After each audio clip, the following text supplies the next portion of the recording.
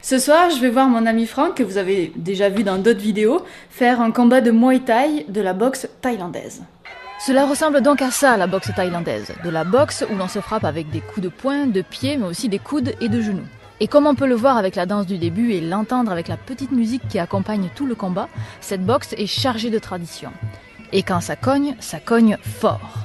Quand deux combattants s'affrontent, ils ont des poids très proches. La différence de poids autorisé est seulement de 2,5 kg.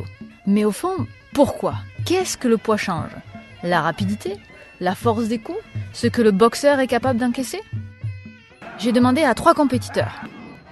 Ice, 61 kg, Frank, 73 kg, et Oli, 84 kg, de faire un middle kick. C'est un coup qui est donné avec le tibia et pas seulement avec le pied. Et la force est vraiment une force pour passer à travers la cible. Le Muay Thai, c'est un sport de full contact. L'objectif, c'est de passer le KO à son adversaire. Pour comparer les coups, c'est Patrick de la compagnie XO qui a placé un accéléromètre sur le pied de chacun des boxeurs. C'est le même accéléromètre que nous avons utilisé quand on a voulu étudier les acrobaties des athlètes de taekwondo. Et si vous voulez en savoir plus sur la technologie de l'accéléromètre, c'est par là. Commençons notre expérience en mesurant la vitesse à l'impact des coups de nos boxeurs. La vitesse de Ice est de 48 km/h, pour Frank de 46 km/h et pour Oli de 53 km/h. On ne s'y attendait vraiment pas, mais les vitesses à l'impact de nos boxeurs sont quasiment les mêmes, quel que soit leur poids. Cela dit, pour atteindre cette vitesse d'impact, Ice poids léger a dû tourner beaucoup plus vite parce que ses jambes sont plus courtes. Donc même si les vitesses à l'impact sont les mêmes, la vitesse de rotation, elle, est différente. On a voulu vérifier si la vitesse d'impact changeait selon le niveau d'expérience en utilisant Manuel, d'habitude derrière la caméra, et moi, alors que nous faisons à peu près le même poids que Franck. Pour être honnête, de mon côté, je pratique aussi des arts martiaux, mais pas du Muay Thai, je n'ai donc pas leur technique. Je frappe donc à 47 km/h et Manuel à 53 km/h. Nous arrivons aussi aux mêmes vitesses que nos boxeurs expérimentés. La vitesse ne semble donc pas dépendre du poids du boxeur ni de son niveau d'expérience. Ok, la vitesse c'est une chose, mais ce qui nous intéresse surtout, c'est la puissance du coup. Et là, on a trouvé des différences entre nos boxeurs.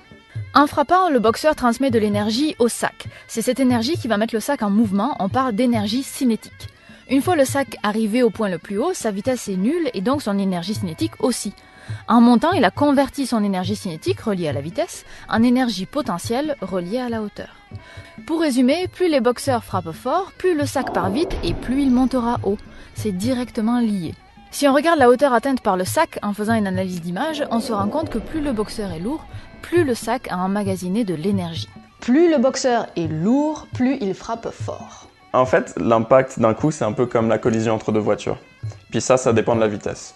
On se rend compte que si on est dans la voiture rouge à l'arrêt et qu'on se fait rentrer dedans par la voiture jaune qui va à 10 km/h, ça va faire vraiment moins de dégâts que si la voiture jaune, elle va à 100 km/h. Mais nous, dans notre cas, on s'est rendu compte que tous les kicks des boxeurs avaient la même vitesse. Fait que l'autre facteur qui va rentrer en jeu, c'est la masse. Puis là, on se rend compte que si on se fait rentrer dedans par une Smart, Ice, ça va pas faire le même dégât qu'un gros truck, Oli. Fait que ces deux quantités, la masse et la vitesse, en physique, c'est ce qu'on appelle la quantité de mouvement. Donc théoriquement, si on veut maximiser la puissance d'un coup, on peut soit augmenter la vitesse, soit la masse. Si on reprend nos résultats, Manuel, Franck et moi avions la même vitesse et nous faisons à peu près le même poids, donc nos coups devraient être aussi forts. Et pourtant, ce n'est pas le cas. On a beau avoir le même poids que Franck, on n'a pas la technique pour utiliser notre masse aussi efficacement que lui. Les boxeurs savent comment synchroniser leurs muscles pour transférer leur poids et envoyer plus de masse dans leurs coups. Donc, quand on dit qu'un boxeur lourd frappe plus fort qu'un boxeur léger, il ne faut pas oublier que l'on parle justement d'un boxeur qui maîtrise son art. Il faut également nuancer la notion de lourd et de léger. Nos 3 boxeurs ont les tablettes de chocolat, les muscles découpés, et on peut dire que leur masse, ils ne l'ont pas gagnée en mangeant des pâtisseries.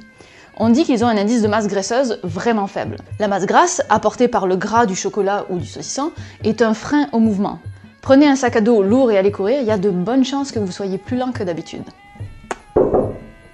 Mais quoi? Je suis en prise de masse! Donc, une des raisons pour lesquelles il existe des catégories de poids en boxe est bien due au fait que la puissance des coups n'est pas la même. Mais il y a d'autres raisons qui font que les catégories de poids existent. Parce que donner un coup c'est une chose, mais il faut aussi être capable de les recevoir. Quand on frappe quelque chose, soit les structures en contact se déforment, soit elles cassent. Donc quand on reçoit un coup, nos structures molles, les muscles et le gras se déforment, dissipant alors l'énergie du coup, ce qui protège nos os. Et généralement, plus on est lourd, plus on a de structures molles qui peuvent se déformer. Donc si on se trouvait dans un cas où les catégories de poids ne sont pas respectées, le poids léger a beaucoup plus de risques d'être blessé. Et il a aussi beaucoup plus de chances de se faire éjecter, parce que sa résistance à être mis en mouvement, son inertie, est plus faible. L'intérêt des catégories de poids devient évident. Non seulement la force d'impact n'est pas la même, mais la capacité à encaisser les coups ne l'est pas non plus. Bref, les catégories de poids, cela permet d'essayer de s'assurer que le combat est une compétition de technique et non une compétition de celui qui est le plus avantagé physiquement. Et les boxeurs sont conscients de tout ça. Ils n'hésitent pas à jouer sur leur poids en jeûnant, parfois drastiquement, jusqu'au moment de la pesée officielle afin de se trouver dans des catégories de poids plus légères. La pesée étant généralement la veille.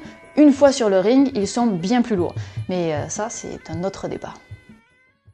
Cette vidéo n'aurait pas été possible sans l'aide de la compagnie XO et spécialement Patrick Chandler qui a été motivé à participer à ce projet. Et merci aussi au club d'Aosawan Muay Thai de nous avoir ouvert ses portes et à Ice et Oli de s'être prêtés au jeu. Merci également à toutes les personnes qui nous ont aidés à comprendre les phénomènes en jeu, et notamment le Dr Guy Grimard et le Dr Michael Bégon. Franck et moi avons beaucoup travaillé sur cette vidéo et on espère qu'elle vous a plu. Et si c'est le cas, la meilleure façon de le montrer, c'est de la partager. Ça sert de faire autant d'acrobatie? Eh ben, j'ai au moins 3 raisons à vous donner. La première raison est simplement le fait que l'on souhaite atteindre plusieurs cibles.